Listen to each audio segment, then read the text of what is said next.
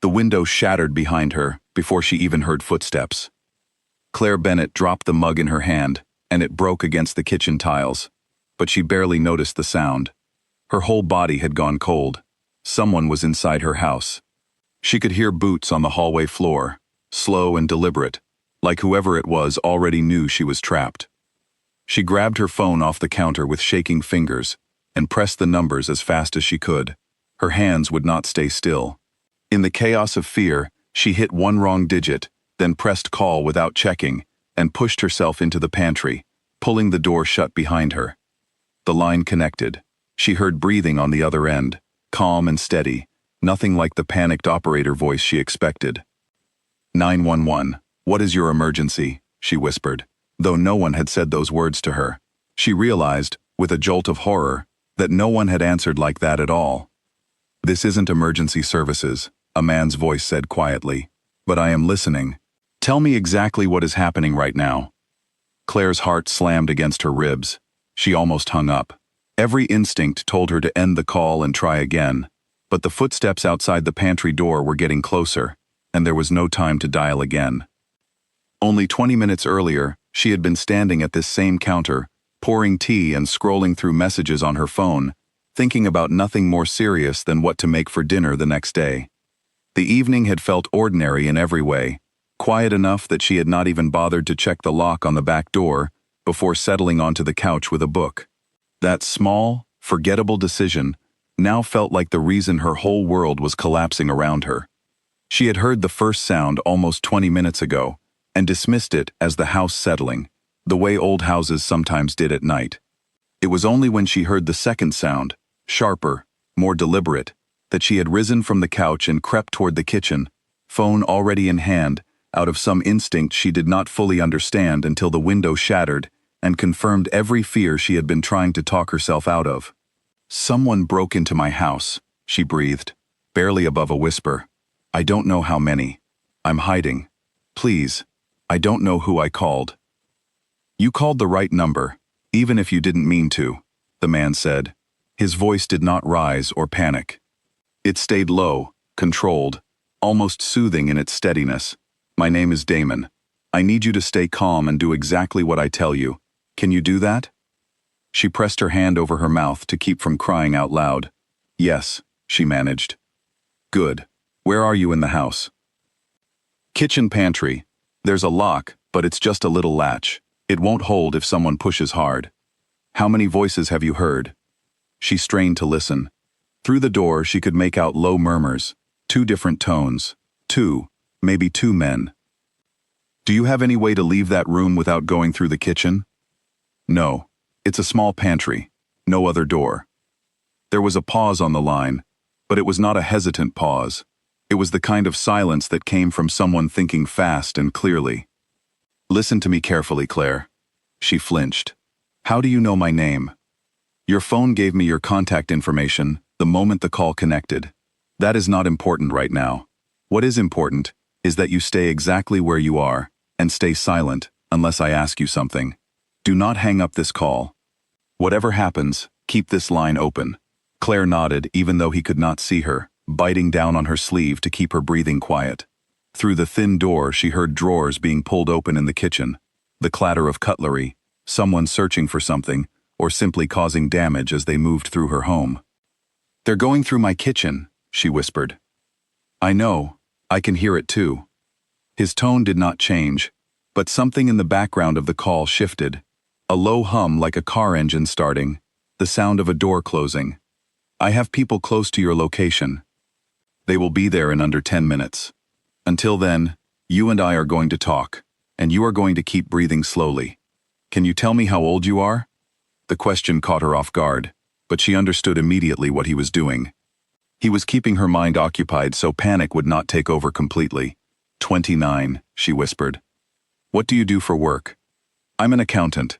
I work for a shipping company downtown. Good. Keep talking to me. What is the last thing you ate today? It felt strange, almost absurd, to be discussing lunch while strangers tore through her kitchen looking for God knew what, but she answered anyway, because his voice was the only steady thing in a world that had turned upside down in the space of 10 minutes. Her mind grabbed onto it like a rope thrown into deep water. The footsteps stopped just outside the pantry door. Claire froze completely, her whole body rigid, her breath caught somewhere between her chest and her throat. She heard a hand test the door handle. Once, twice. The little latch held, but only barely, rattling in its frame. "They're at the door," she mouthed, so quietly it was barely sound at all, and yet somehow, Damon seemed to understand from the shift in her breathing alone. "Move to the far corner, away from the door, and get low," he said, his voice suddenly sharper, more urgent, though still controlled. "Now." She obeyed without thinking, sliding down between a shelf of canned food and the wall, pulling her knees to her chest, the phone pressed so hard against her ear it hurt. The handle rattled again, harder this time, then a heavy thud against the wood. Her mind raced through every terrible outcome at once, images flashing faster than she could control them. She thought of her parents, 2 towns away, unaware that anything was wrong. She thought of the argument she'd had with her sister the week before, that they had never properly resolved. She thought, absurdly, of the unfinished report sitting open on her laptop in the next room, work that suddenly felt like it belonged to a different life entirely, one that had existed only 20 minutes ago. The stranger's voice cut through the spiral before it could pull her under completely. "Claire, stay with me. Look at the pan in your hand. Feel the weight of it. That is real. That is here. Everything else, all the thoughts racing through your head right now, none of that matters until this moment is over. Focus only on this room." She swallowed hard and nodded, forcing her eyes to stay open, forcing her breathing to slow even as her pulse hammered in her ears. Somehow the simple instruction worked, anchoring her back into her body, back into the narrow, dark space of the pantry, where the only thing that mattered was the door in front of her and the voice in her ear. "Damon," she breathed, tears finally slipping free. "They're going to get in. Look at the shelf to your left. Is there anything heavy on it? Anything you could use if that door opens?" She scanned in the dark, her eyes adjusting. A cast-iron pan sat on the bottom shelf, left there from when she had reorganized weeks ago and never moved it back to the kitchen. Her fingers closed around the cold handle. "I have something," she said. "Good. You will not need it. But if that door opens before my people arrive, you swing first, and you swing hard, and you do not stop to think about it. Do you understand?" Another thud against the door. The latch groaned. "I understand," she whispered, though her whole body was shaking so hard she could barely hold the pan steady. "Talk to me about your job again. Tell me about the shipping company. What is the strangest cargo manifest you have ever seen?" The question felt insane in the moment, and yet Claire found herself answering, stammering through a story about a client who had once tried to ship an entire container of rubber ducks to a small town for some sort of festival, and how the paperwork had taken 3 days to sort out because someone had misfiled the customs code.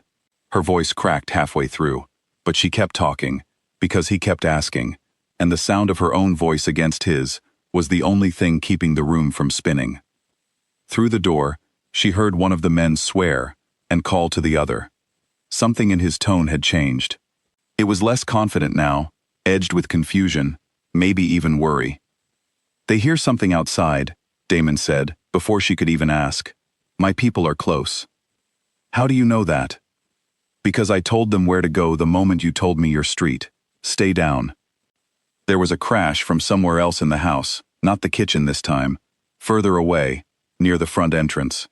Voices raised, sharp and fast, though she could not make out words. Then silence, heavy and sudden, the kind of silence that felt louder than the noise before it. Claire held her breath so long her lungs burned. "Damon? I'm here. What's happening? My men just arrived. Stay exactly where you are until I tell you it's safe to move. Do not open that door for anyone but me, and you will know it's me, because I will say your name first, clearly, before anything else." She nodded again, uselessly, tears streaking silently down her face now, the fear finally breaking through the strange calm his voice had built around her. She heard new footsteps in the kitchen, heavier, more numerous, and low voices exchanging quick words she still could not understand, then quiet. A long minute passed, Then another. "Claire," a voice said outside the pantry door, and it was his voice, the one she had been listening to for the last 10 minutes. Except now it was close, real, no longer filtered through a phone speaker. "It's safe. You can open the door." Her hand trembled so badly it took 2 tries to unlatch the little lock. When the door finally swung open, she found herself looking up at a tall man in a dark coat, standing very still in her ruined kitchen, phone still in his hand, the call between them somehow still connected, even though he stood right in front of her. Behind him, 2 other men were moving through the house, checking rooms, speaking quietly into small radios. There was no sign of the intruders, only overturned drawers, and a shattered window letting in the cold night air. Claire could not speak. She simply stared at him, this stranger who had talked her through the worst 10 minutes of her life, who had somehow known exactly what to say and when to say it, who had sent people to her home before she had even given him an address beyond a street name. "You're safe now," Damon said, crouching slightly so he was closer to her eye level, his expression unreadable but not unkind. "No one is going to hurt you tonight." "Who are you?" she finally managed, her voice raw and shaking. "How did you know what to do? How did your people get here so fast?" He studied her for a long moment before answering, and something about the way he looked at her felt different than anything she had experienced before. Careful, assessing, almost protective in a way she could not explain, given that they had never met until this exact moment. "That's a longer conversation," he said. "One we can have when you're not sitting on your pantry floor holding a frying pan like a weapon." Despite everything, a small broken laugh escaped her, half sob, half genuine amusement at the absurdity of it all. She looked down at the cast-iron pan still gripped tight in her hand and slowly loosened her fingers. "You should call the police," Damon added, standing and offering his hand to help her up. "Tell them what happened. My people will be gone before they arrive, and it is better that way. But you should not go through the next part of tonight alone. Is there someone who can stay with you?" Claire took his hand, and the moment their palms touched, she felt something strange settle in her chest, a warmth she could not name, entirely out of place given the circumstances. "My friend Mia lives 10 minutes away," she said. "She can come. Call her. I'll wait until she arrives." "Why?" Claire asked, still trying to make sense of a night that had turned her entire understanding of the world sideways in the span of 20 minutes. "Why would you do any of this? You don't know me. I dialed a wrong number."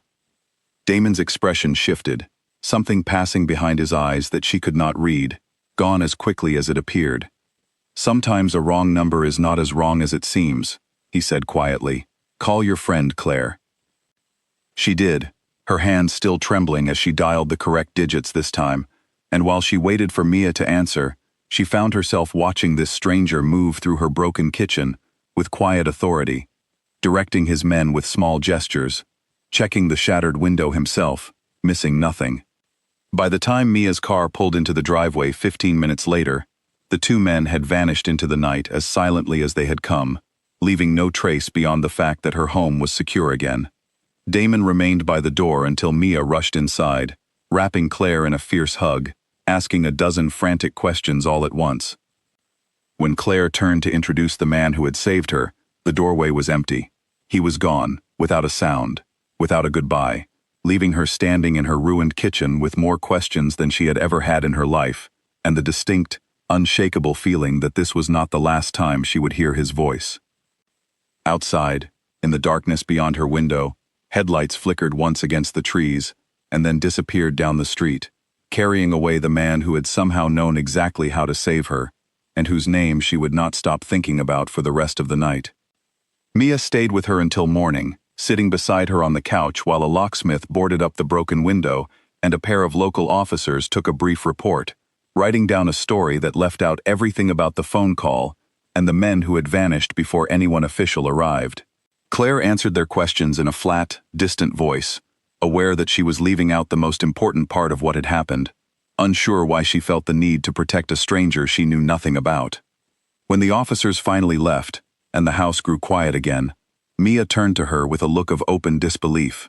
"You're telling me some man just showed up with a team and handled it, and then disappeared, and you don't even know his last name?" "I don't know anything about him," Claire admitted, staring at the boarded window, as gray morning light crept in around its edges. Just his first name, Damon. That's not a coincidence, Claire. People like that don't exist by accident. Whoever he is, he knew exactly what he was doing, and men like that don't help strangers for nothing. Claire didn't answer, because some part of her had already begun to suspect the same thing, and yet beneath the fear and the exhaustion, she found herself replaying the sound of his voice, steady and unshaken through every second of the worst night of her life, and wondering if she would ever hear it again. She did not have to wonder for long. 3 days later, an envelope arrived at her office with no return address, containing nothing but a single line written in careful handwriting and a phone number she did not recognize. The line read simply, "Call if you ever need anything again." She stared at it for a long time before slipping it into her bag, telling herself she would not call, knowing even as she thought it that she was lying to herself. The number sat in Claire's bag for 11 days before she finally called it. It was not fear that made her wait so long, though fear was certainly part of it. It was the strange, unshakable feeling that once she dialed those digits, something in her life would shift permanently, and there would be no way to shift it back. She had told herself a dozen times to throw the envelope away, to forget the whole strange night had happened, to let the shattered window and the frantic call fade into memory, like any other bad dream. But she kept the paper in her wallet instead, and on the 11th night, sitting alone in her apartment with the lights low, she finally pressed the call button. He answered on the second ring, as though he had been expecting it. "Claire." Her breath caught at the sound of her own name in his voice, exactly as steady as she remembered it. "You knew it was me." "I gave you a number no one else has," he said. "Of course I knew." She wrapped one arm around her knees, curling into the corner of her couch, phone pressed to her ear, the same way she had held it 11 nights earlier, while hiding in the dark. "I have questions." "I assumed you would." "Who are you, really? Not just a first name and a phone number. I want to know who sent people to my house in under 10 minutes without me even giving a full address." There was a pause, not hesitant, but measured, the sound of someone deciding how much truth to give. "My name is Damon Russo," he said finally. "I run a number of businesses across the city. Some of them are exactly what they appear to be. Others are more complicated. I imagine you've already guessed the shape of that answer, even if you don't want to say it out loud." Claire's stomach tightened. She had guessed, of course she had, from the moment those two men vanished without a trace, and no police report was ever filed about them, from the moment an envelope arrived at her office, with no return address and money-scented paper that smelled faintly of something expensive. She had read enough news stories, seen enough headlines about the Russo name, whispered in connection with things the city preferred not to examine too closely. "You're the man everyone talks about," she said slowly. "The one they say runs half the docks. The one nobody wants to cross." "Reputation tends to exaggerate," Damon said, though he did not deny it outright. "But yes, that is closer to the truth than a comfortable lie would be." Claire sat in silence for a long moment, turning the last 2 weeks over in her mind, trying to understand how her life had folded so completely into the orbit of a man she had never intended to speak to even once. "Then why?" she finally asked. "Why did you help me? Men like that don't stop what they're doing to save a stranger who misdialed a phone number. There has to be a reason." "There is," Damon admitted. "I don't yet know exactly what it is. When I heard your voice that night, I could have hung up. I run a business that does not have room for distractions, and helping a frightened stranger in the middle of the night is about as far from profitable as anything could be. But something in the way you kept your voice steady, even while you were terrified, made me stay on the line. I don't often explain my decisions. I'm not entirely sure I can explain that one." She did not know what to say to that, so instead, she asked the question that had been circling her thoughts since the night it happened. "Do you know who broke into my house? Was it random, or was it something else?" The silence that followed was longer this time, heavier, and when Damon spoke again, his voice had lost some of its earlier warmth, replaced by something colder and more careful. "I don't yet know for certain," he said. "But I don't believe it was random. My people are looking into it. When I have an answer, I will tell you." A chill moved through her that had nothing to do with the temperature of the room. "You think someone sent them? On purpose? After me?" "I think it's possible," he said. I would rather be wrong. But until I know for certain, I would prefer you be careful. Are you staying somewhere safe? I'm at my apartment, she said. Mia wanted me to stay with her, but I didn't want to be a burden. Change your mind, Damon said, and though his tone remained calm, there was an edge of command in it now, something that made it clear this was not simply a suggestion. Stay with your friend until I know more. I will have someone watching your apartment either way, but I would feel better knowing you are not alone. Claire bristled slightly at the assumption that he had any right to arrange her life, and yet beneath the irritation was something else entirely, an unfamiliar warmth at being looked after by someone who clearly meant what he said. You've been watching my apartment? Since the night it happened, he said, without apology. I told you, Claire, I don't take unfinished business lightly, and until I understand why someone targeted you, you are unfinished business in my mind. The conversation lasted another 20 minutes, circling through smaller questions, the kind that had nothing to do with danger or reason, and everything to do with simple curiosity.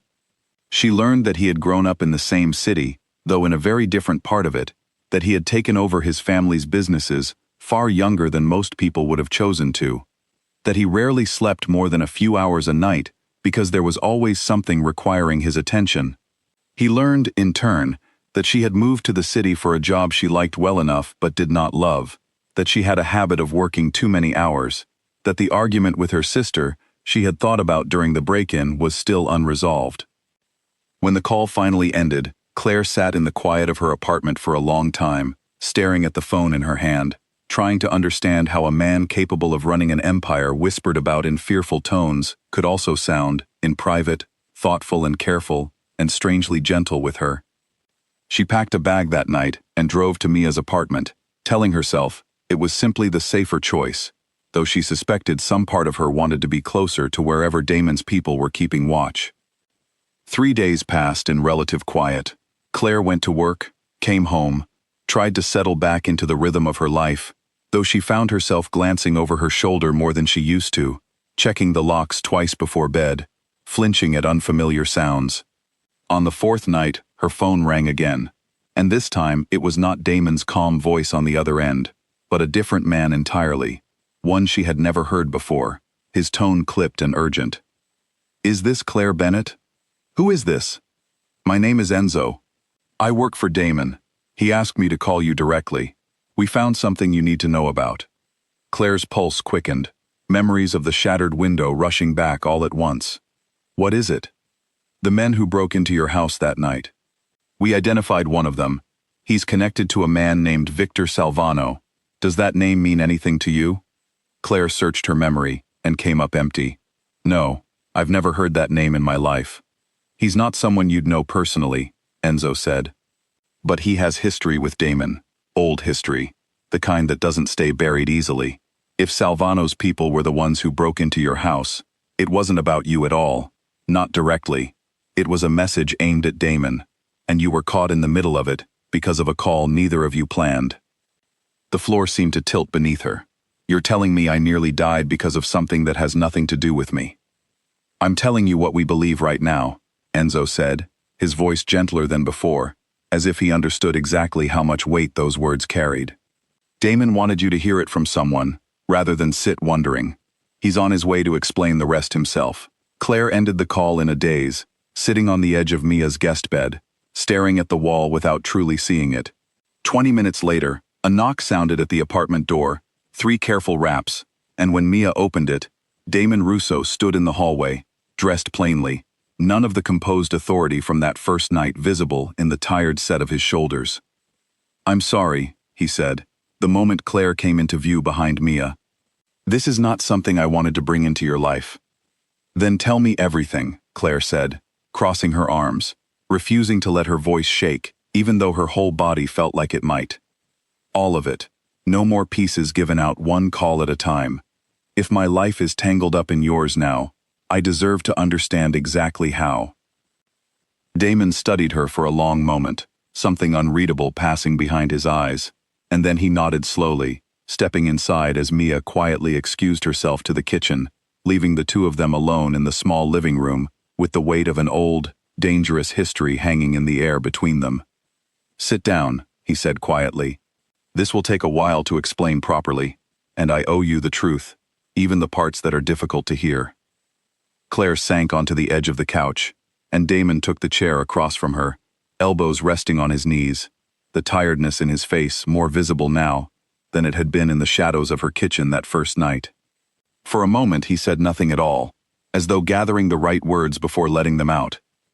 10 years ago, he began, my father ran the businesses I run now. He built partnerships with people across the city, some honest, some far from it.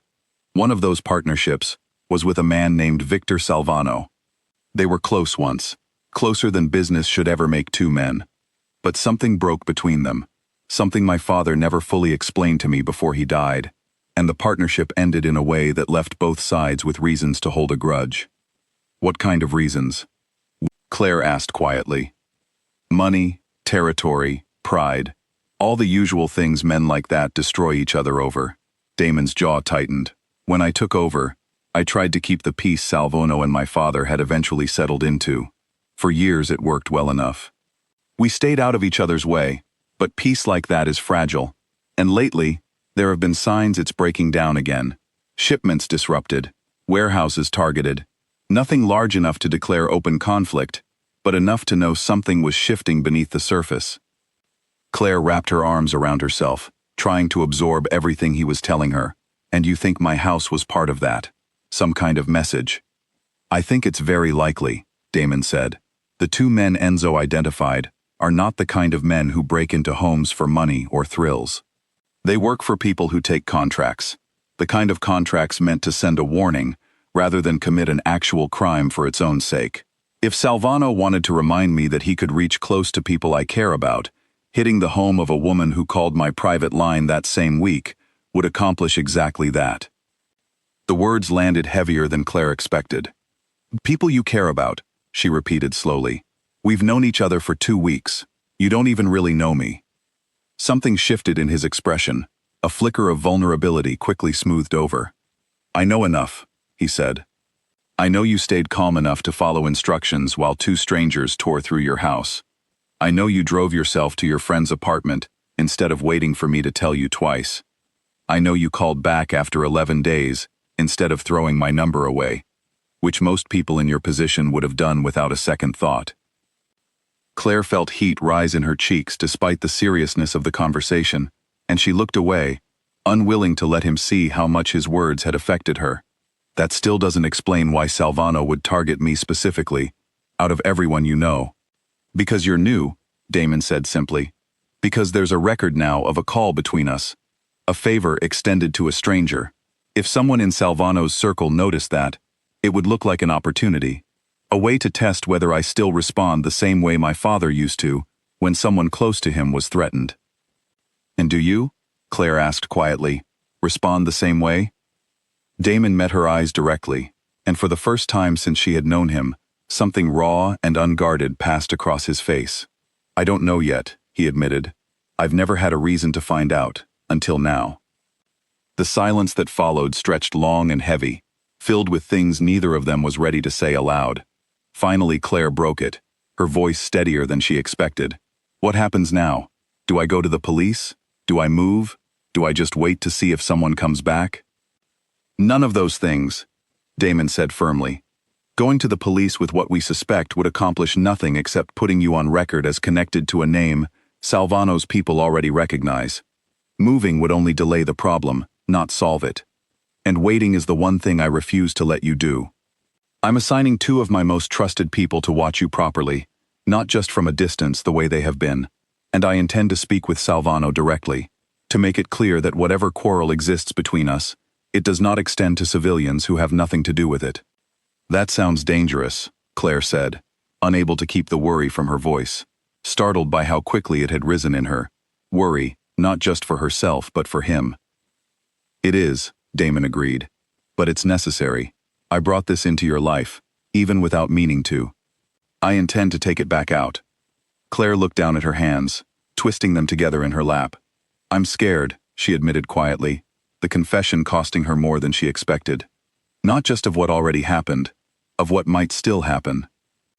That's fair, Damon said, his voice softening in a way she had not heard from him before. I won't tell you not to be scared, but I will tell you that you are not facing this alone anymore, whether either of us planned for that to be true or not." Mia returned from the kitchen a few minutes later, carrying 2 cups of tea she had clearly made, simply to give herself something to do, and the conversation shifted into quieter, more practical matters.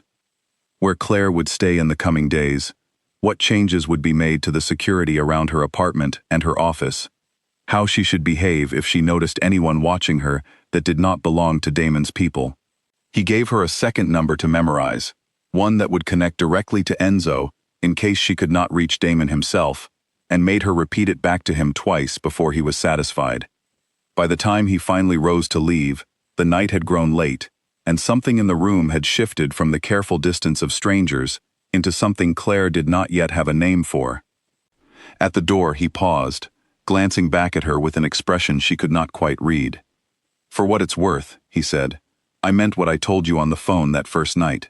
Sometimes a wrong number is not as wrong as it seems."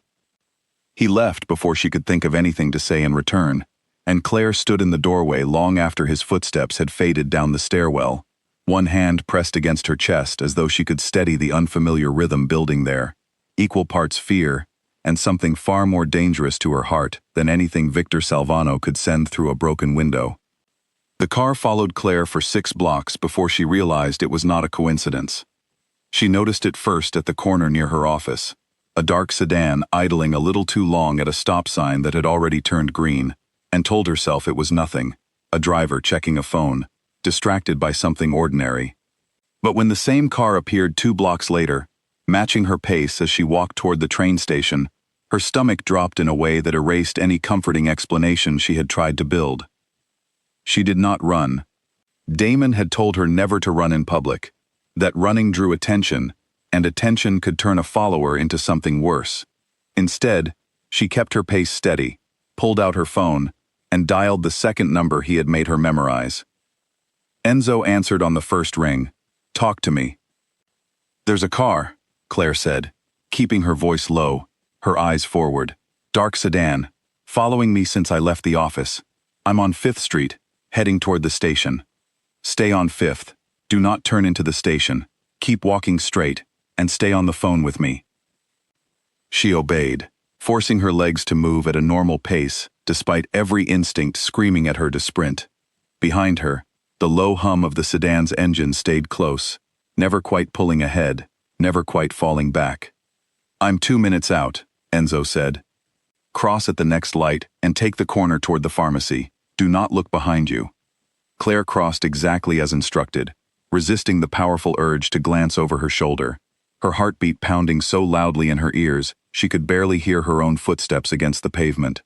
As she rounded the corner toward the pharmacy, a second car pulled up sharply beside her, and for one terrifying moment, she thought her worst fear had come true, until the passenger door opened and she recognized Enzo's face, tense and alert, waving her inside.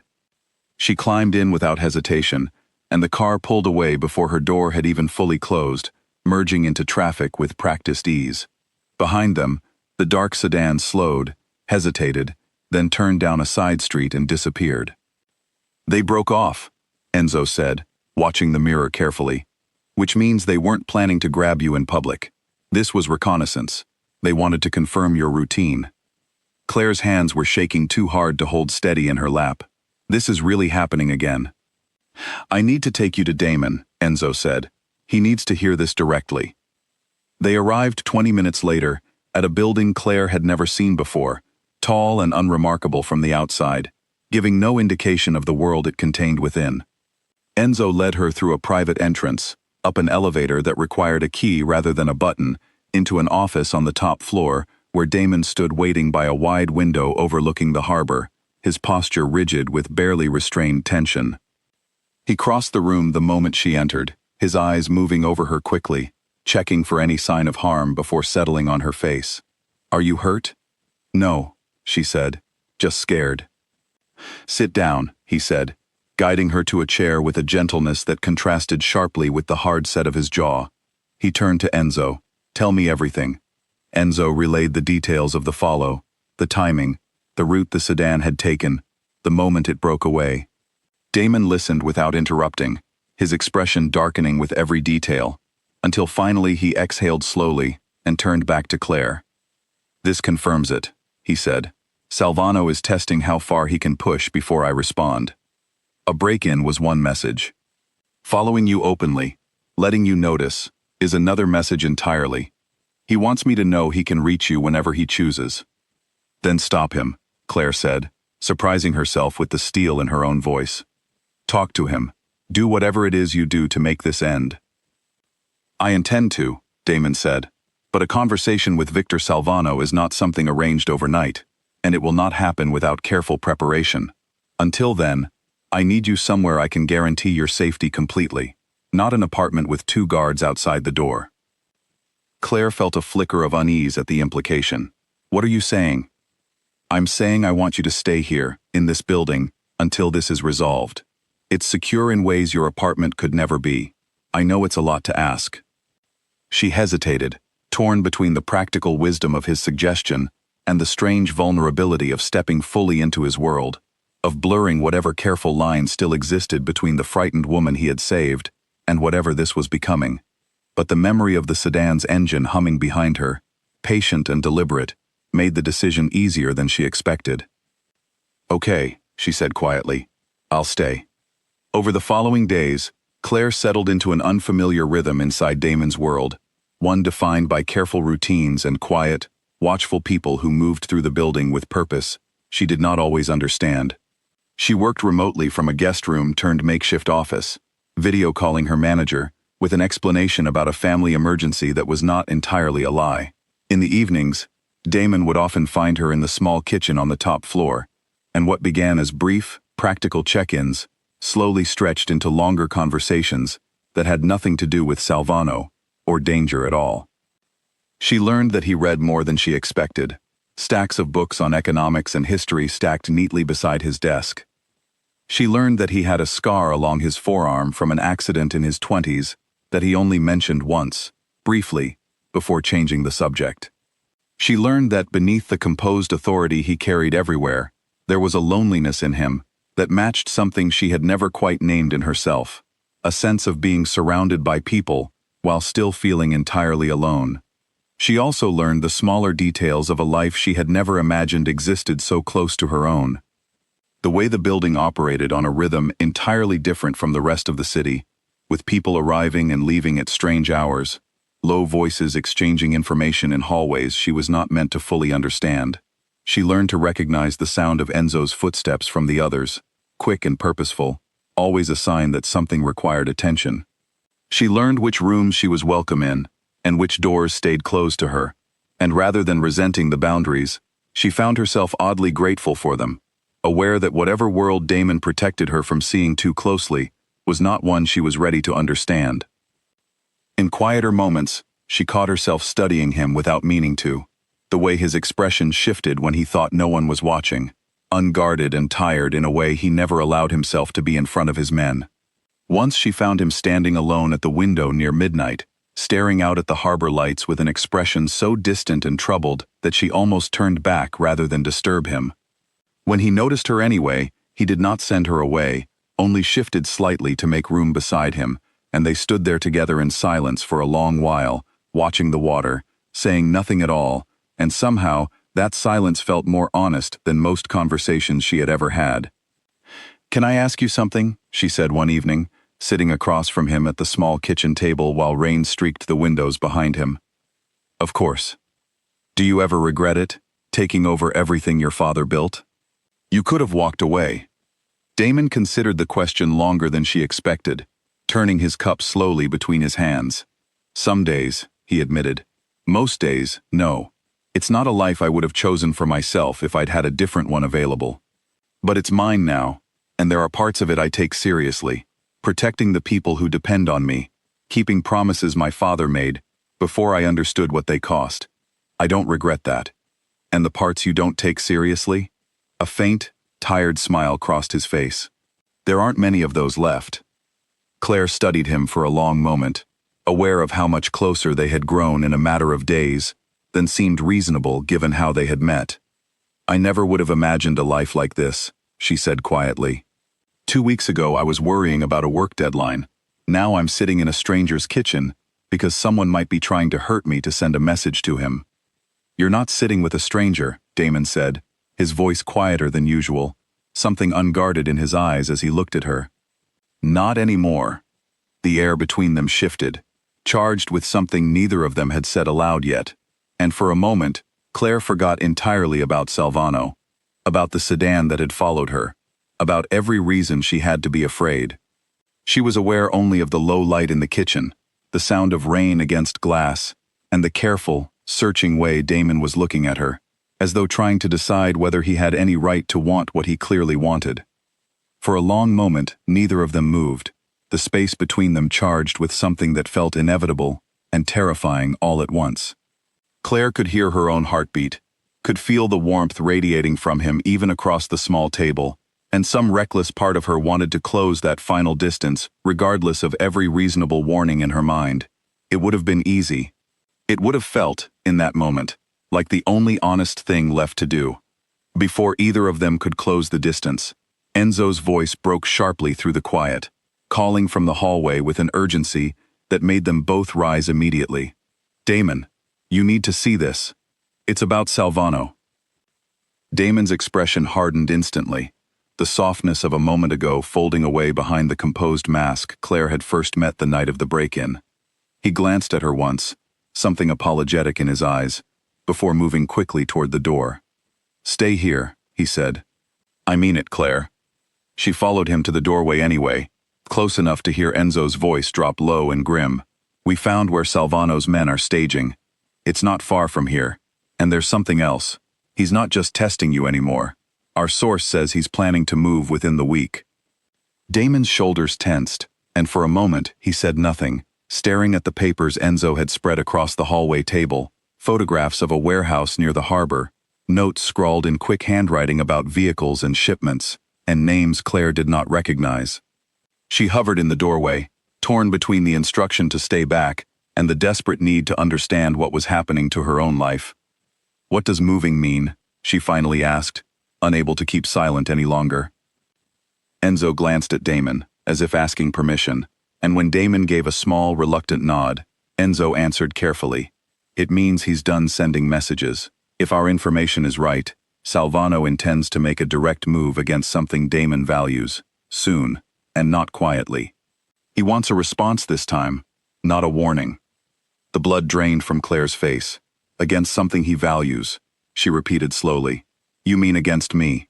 Neither of them corrected her, and the silence that followed confirmed it more clearly than any words could have. Damon turned to face her fully, his expression a careful mixture of anger and something gentler underneath it, something that looked almost like guilt.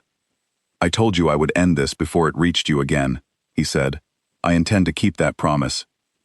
But it means moving faster than I planned, and it means asking you to trust me with decisions you might not fully agree with. What kind of decisions? Claire asked, her voice barely steady. The kind that keep you alive, Damon said simply, starting tonight.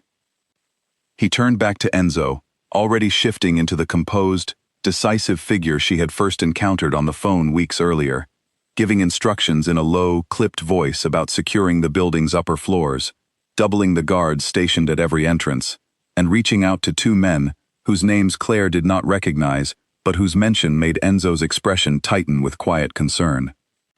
Claire stood in the hallway, arms wrapped around herself, watching the calm, controlled machinery of Damon's world spring into motion, around a threat aimed, however indirectly, at her.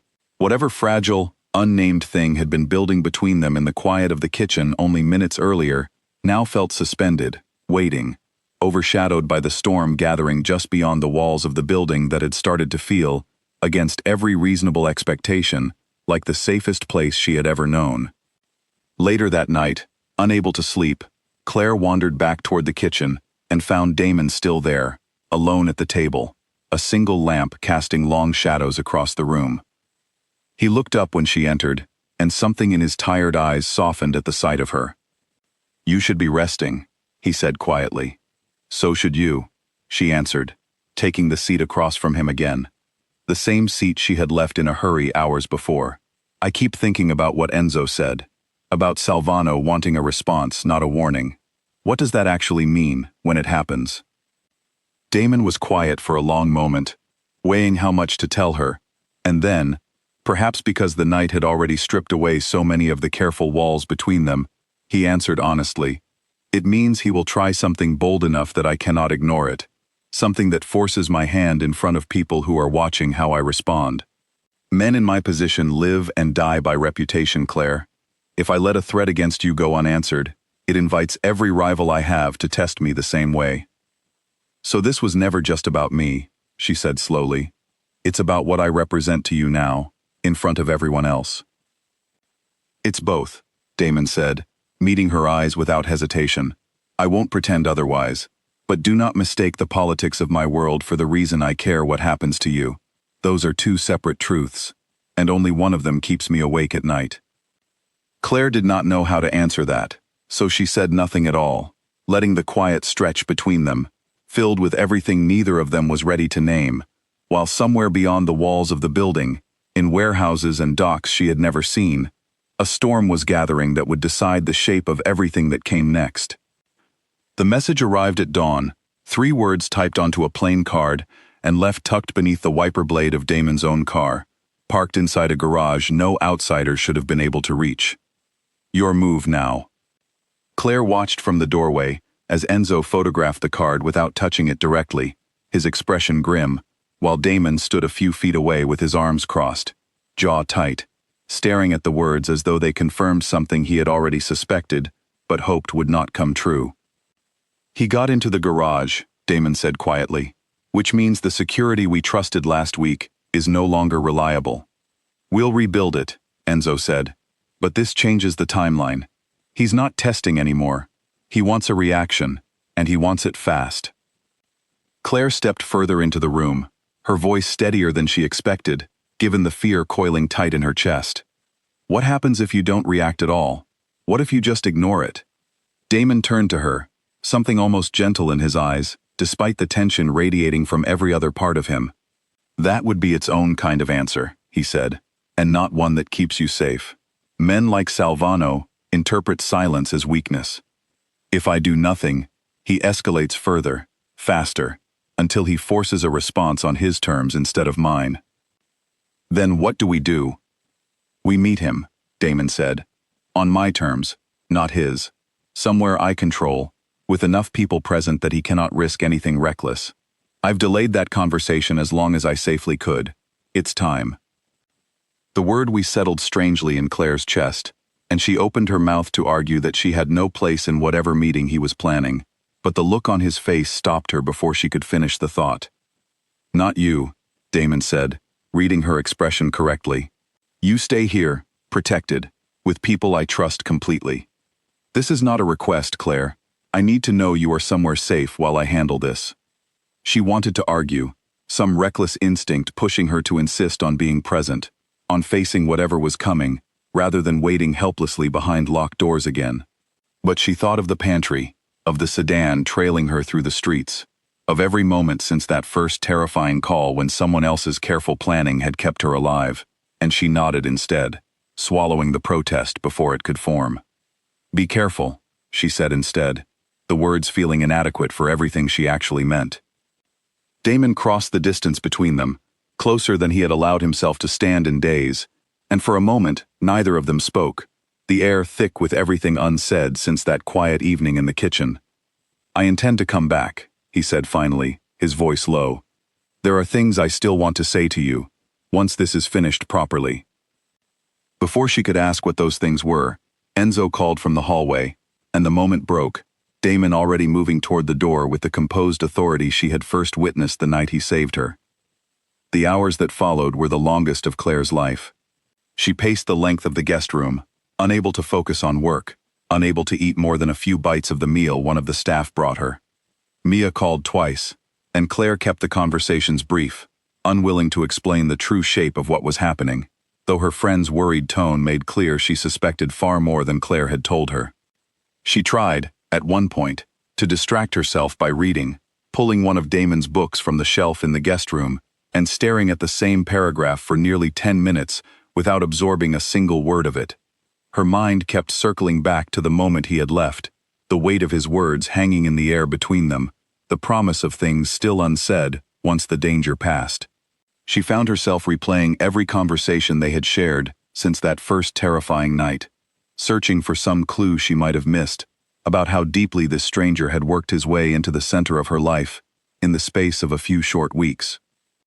At 7:30, one of the household staff, a quiet older woman named Greta, who had brought Claire meals each evening without ever asking questions, knocked gently on the door and offered to sit with her for a while. Claire accepted gratefully, glad for the company, and the two of them spoke quietly about nothing important: the weather, a recipe Greta had been meaning to try, anything that kept Claire's mind from drifting toward worry for even a few borrowed minutes. It was Greta's radio, clipped to her belt out of old habit from years working in this particular household, that first crackled with the urgent voice that shattered the fragile calm they had built. Just past 9 in the evening, the quiet of the building shattered. Claire heard raised voices first, then the sound of quick footsteps moving with an urgency that made her blood run cold. She opened the guest room door to find one of the staff members rushing past, speaking rapidly into a radio, his expression tight with alarm. "What's happening?" she demanded, stepping into the hallway despite every instruction to stay inside. "The meeting location was compromised," the man said, barely slowing his pace. "Salvano's people knew where it would be before Damon's team arrived. It was an ambush." The floor seemed to drop away beneath her. "Is he hurt? Is Damon hurt?" "I don't know yet," the man admitted, already moving away from her, radio pressed to his ear. "Stay here, please." Claire could not stay there. She followed at a distance, close enough to catch fragments of the chaos unfolding through the building, voices calling out updates, doors slamming, the controlled panic of people trained for exactly this kind of emergency working to contain it. She found Enzo near the security office, his shirt torn at the shoulder, a shallow cut above his eyebrow that he seemed entirely unaware of. "Enzo," she said, grabbing his arm before he could move past her. "Where is he?" "He's alive," Enzo said quickly, seeing the terror in her face. "He was hit, but not badly. He's on his way back now." Relief crashed through her so hard her knees nearly buckled, but it was short-lived, replaced almost immediately by fresh dread. "What happened? You said it was an ambush." "Salvano never intended to negotiate," Enzo said grimly. "He used the meeting as a distraction, positioned men around the location, while pretending to consider terms. We got Damon out before it turned into anything worse, but 3 of our people were injured, and Salvano's message could not be clearer now. He's not interested in peace. He wants a war, and he wants Damon to be the one who starts it publicly, so he can claim it was self-defense when he finishes it." Claire pressed a hand to her mouth, horror and fear tangled together, as she tried to process everything Enzo had said. "This is because of me," she whispered. "If I had never called that night, none of this would be happening." "Don't," Enzo said sharply, his voice softer than his tone suggested. "This has been coming for years, Claire. You didn't start it. You just happened to be there when it began to surface again. Damon would tell you the same thing, and he'd mean it." 20 minutes later, the door to the building's private garage opened, and Claire ran forward the moment she saw him, ignoring every instinct that told her to hold back, to wait for permission, to behave with the careful distance expected of a guest in this world, rather than someone who had begun, somewhere in the last few weeks, to fall entirely and helplessly for a man she had never meant to know. Damon looked up as she approached, a bandage pressed against his shoulder beneath his torn jacket, exhaustion and pain etched into every line of his face, and yet something in his eyes softened completely at the sight of her, as though her presence alone was enough to steady him. "You're hurt," she said, her voice breaking as she reached him, hands hovering uncertainly near the wound before she stopped herself. "It looks worse than it is," he said, though the tightness in his voice betrayed the lie. "Claire, I need you to listen to me carefully. This is no longer something I can control quietly. Salvano wants a public conflict, and he's willing to hurt anyone close to me to get it. That includes you, now more than ever." "I don't care about that," she said fiercely, surprising herself with the certainty in her own voice. "I care about you being alive, about us figuring this out together, whatever that means." Something in his expression cracked open at her words, raw and unguarded in a way she had never seen from him before.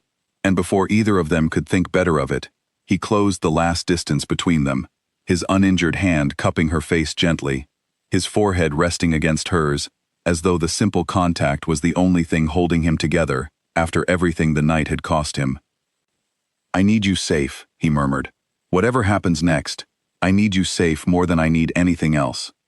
"Then let me help you," Claire said quietly, refusing to look away from him despite the fear still trembling through her. "I'm not something you need to protect from a distance anymore, Damon. I'm already in this. Let me actually be part of ending it." He studied her for a long moment, something like reluctant admiration passing behind his tired eyes, and though he did not agree outright, the way his hand tightened gently against her cheek told her he was, for the first time since the night they met, truly considering it. Behind them, Enzo cleared his throat carefully. "Sorry to interrupt, but there's something else you both need to see." Salvano left a second message, this one addressed directly to Claire.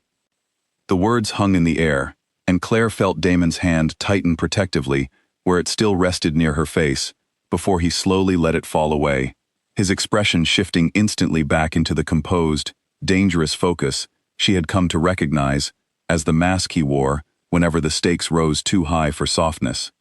Claire's stomach dropped. A message. "For me? What does it say?"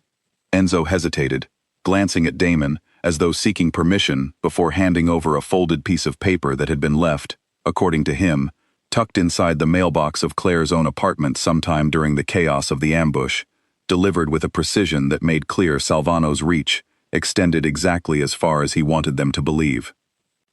Damon took the paper first, unfolding it with careful, controlled movements, and Claire watched his expression harden into something colder and more dangerous than she had ever witnessed from him.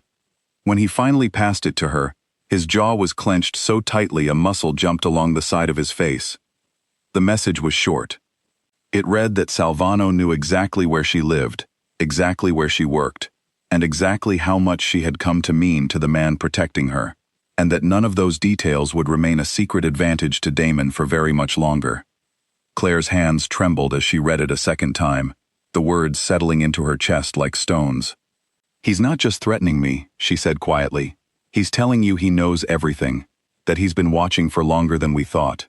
"Yes," Damon said, his voice low and controlled in the particular way she had learned meant he was holding back something far more volatile beneath the surface.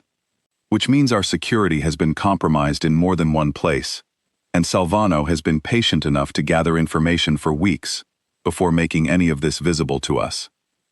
Enzo shifted uncomfortably. "We'll find the leak. I already have people checking every possible point of failure."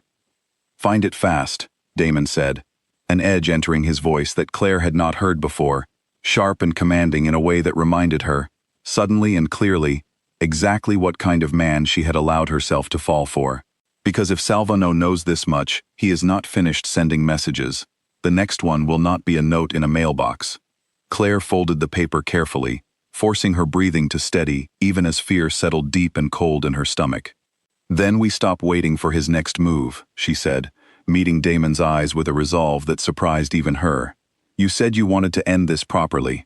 I think it's time you let me help you figure out how, instead of keeping me locked away from every part of the plan."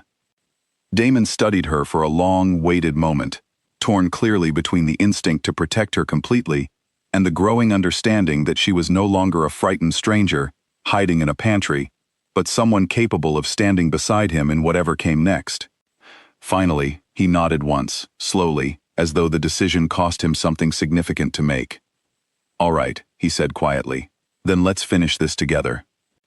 They spent the next hour in the security office, spreading maps and photographs across the same table Enzo had used earlier that day, Claire sitting close beside Damon as he outlined, in low, careful sentences, everything he knew about Salvano's operations, the warehouse near the harbor, the routes his men typically used, the small handful of associates who might be persuaded to talk if approached the right way.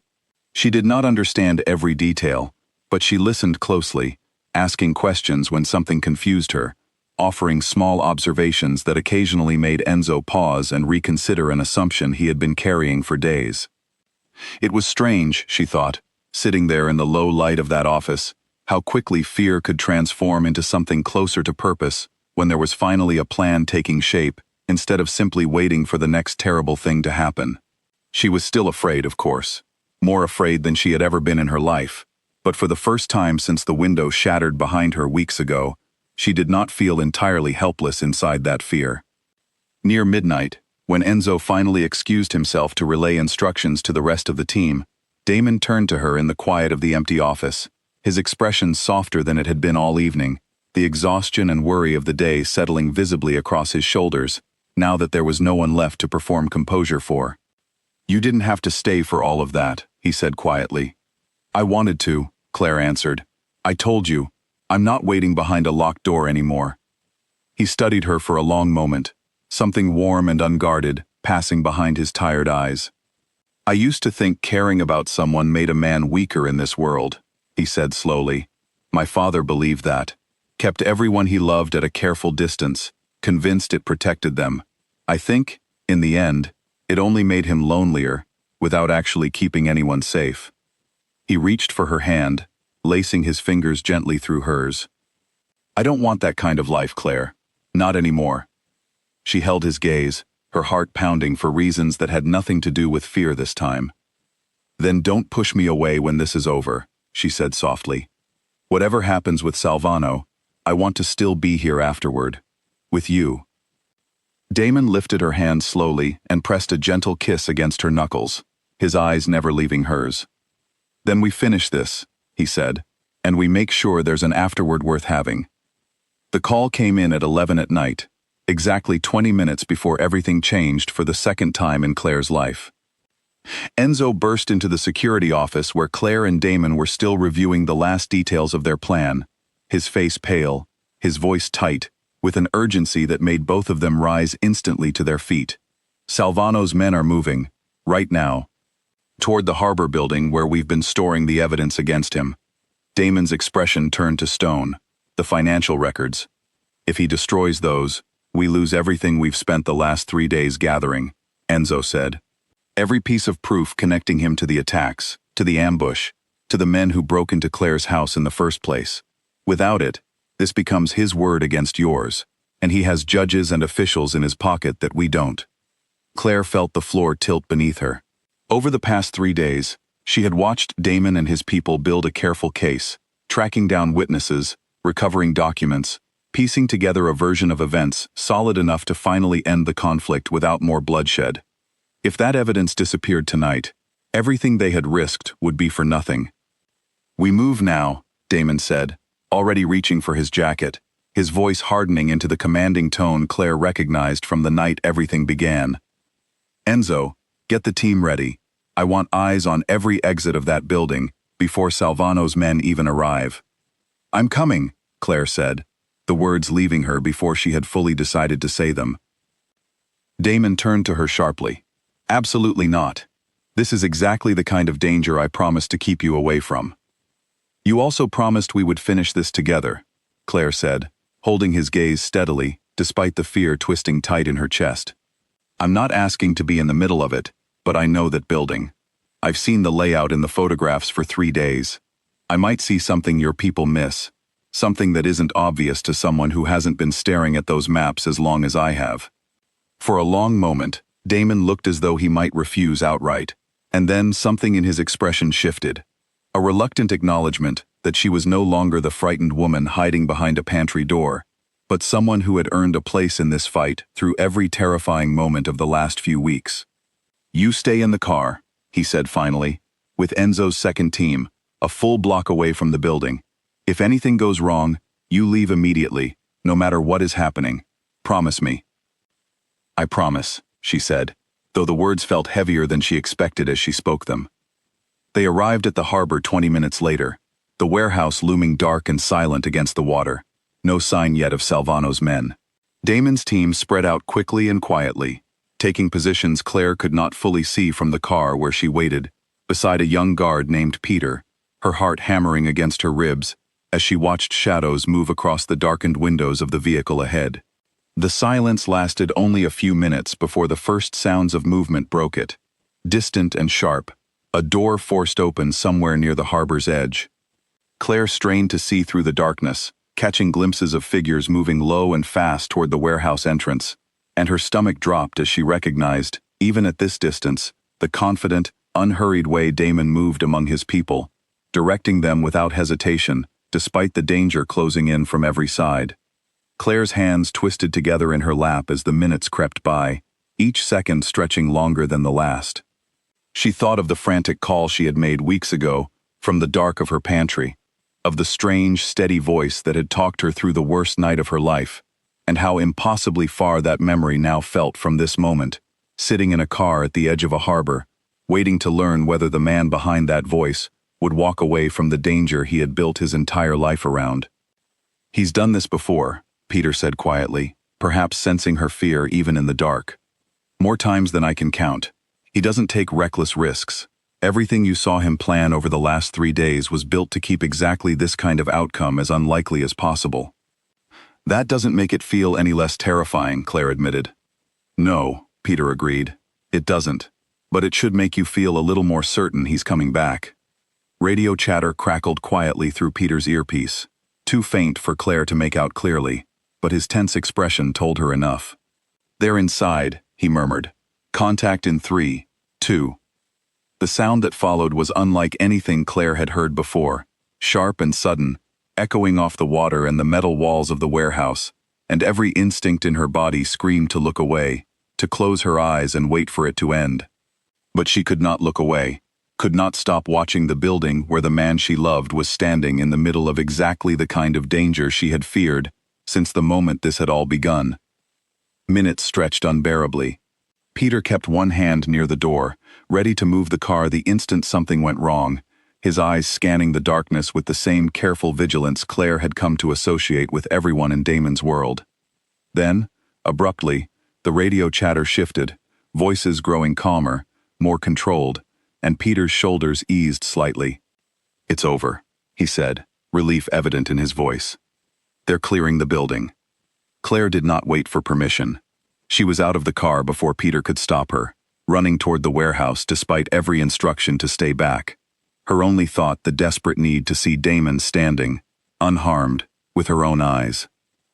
She found him near the entrance, directing 2 of his men as they secured a group of Salvano's associates, zip-tied and subdued, while Enzo carefully gathered boxes of documents from a hidden room deeper inside the building.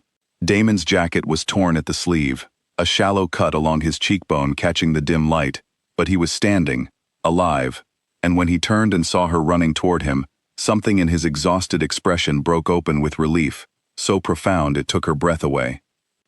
"You were supposed to stay in the car," he said, though there was no real anger in his voice, only the same desperate relief she felt herself as she closed the distance between them.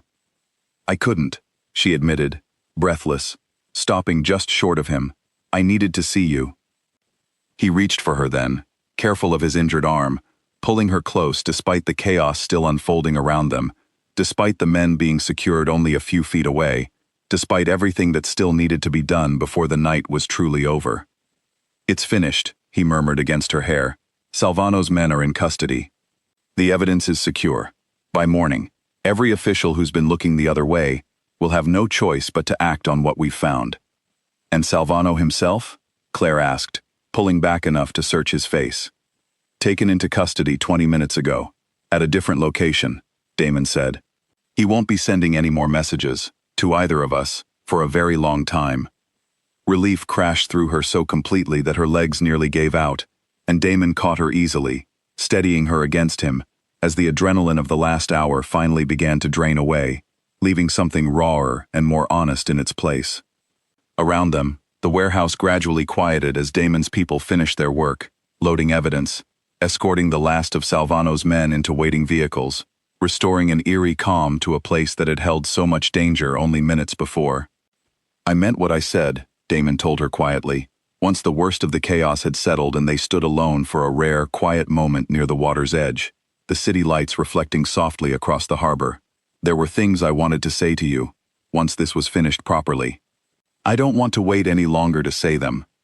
Claire looked up at him, her heart pounding for entirely different reasons now, the fear of the last few weeks slowly giving way to something warmer, steadier, impossible to ignore any longer. Then say them. "That night you called me by mistake," Damon said, his voice low and unguarded in a way she had rarely heard from him. "I told myself it was simply the right thing to do, helping a stranger in danger. But somewhere in the last few weeks, you stopped being a stranger, Claire. You became the reason I started thinking about a life beyond all of this, beyond the constant weight of protecting an empire I never fully chose. I don't know how to offer you an ordinary life. I'm not sure I have one to give. But I know I don't want to face whatever comes next without you standing beside me." Tears gathered in Claire's eyes, though for the first time in weeks they came from something entirely different than fear. "I didn't dial your number by accident that first night," she said softly, "but I think some part of me has been choosing to stay ever since. Every single day. I don't want an ordinary life either, Damon. Not if it means walking away from this. From you." He cupped her face gently, careful of the scrapes and bruises they both carried from the night's danger, and kissed her slowly, deliberately.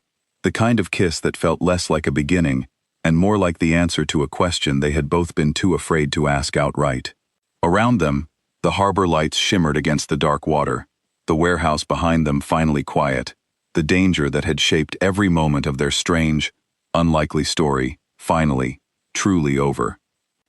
3 weeks later, Claire stood in the doorway of her newly repaired apartment, watching movers carry the last of her boxes toward a car parked outside, not because she was leaving the city, but because she had finally agreed, after considerable and stubborn resistance, to let Damon convince her that 2 households were an unnecessary inconvenience when they spent nearly every night together anyway. Mia stood beside her, arms crossed, shaking her head with an exasperated but genuinely happy smile. "I still can't believe it," Mia said. "A wrong number. That's how this whole thing started." 20 minutes, Claire said softly, watching Damon's car pull up outside, watching him step out and glance up toward her window, with the same steady, searching look that had first pulled her toward him in the darkest moment of her life. That's all it took for everything to change. In the weeks that followed the warehouse, the city had slowly returned to something resembling normal, though normal now carried a different shape than it once had. The evidence Damon's people recovered had been enough, exactly as he promised, to force the hand of officials who could no longer afford to look away. And within days, Victor Salvano's name had disappeared from the whispered conversations of the docks, replaced by a quieter, more permanent kind of silence. Damon rarely spoke of it afterward, though Claire sometimes caught him staring out toward the harbor with a distant, thoughtful expression, as though closing that particular chapter of his father's unfinished business had cost him something he was still learning how to carry. She had gone back to her job for a while, trying to slide back into the ordinary rhythm of spreadsheets and shipping manifests, but found herself constantly aware of how strange it felt to sit through meetings about routine cargo delays after everything she had lived through. Eventually, almost without meaning to, she found herself spending more time helping Enzo organize the quieter, legitimate side of Damon's businesses, work that used the same careful, detail-oriented mind that had once tracked customs codes for shipments of rubber ducks, and discovered, to her own surprise, that she was good at it, and that it made her feel useful in a world she had once only feared. Damon, for his part, had begun speaking more openly about the future than she had ever heard him speak before, about expanding the legitimate parts of his businesses, about stepping back gradually from the more dangerous corners of the life his father had built, though he never pretended the transformation would be quick or simple. Some nights he came home tired and quiet, carrying the weight of decisions Claire knew she would never fully understand, and on those nights, she simply sat with him, the way he had once talked her through the worst 20 minutes of her life, offering her presence instead of answers, learning that sometimes steadiness mattered more than solutions. Mia helped carry the last box down to the car, still shaking her head at the strange turn Claire's life had taken. "For what it's worth," she said, pausing at the door, "I'm glad you called that wrong number." Claire smiled, glancing toward the street where Damon waited, patient and steady, exactly as he had been every single day since that terrifying, transformative night. "So am I," she said quietly. "So am I." She closed the door behind her and walked down to meet him, leaving behind the fear and uncertainty of the life she used to know, and stepping fully, willingly, into the one she had chosen instead.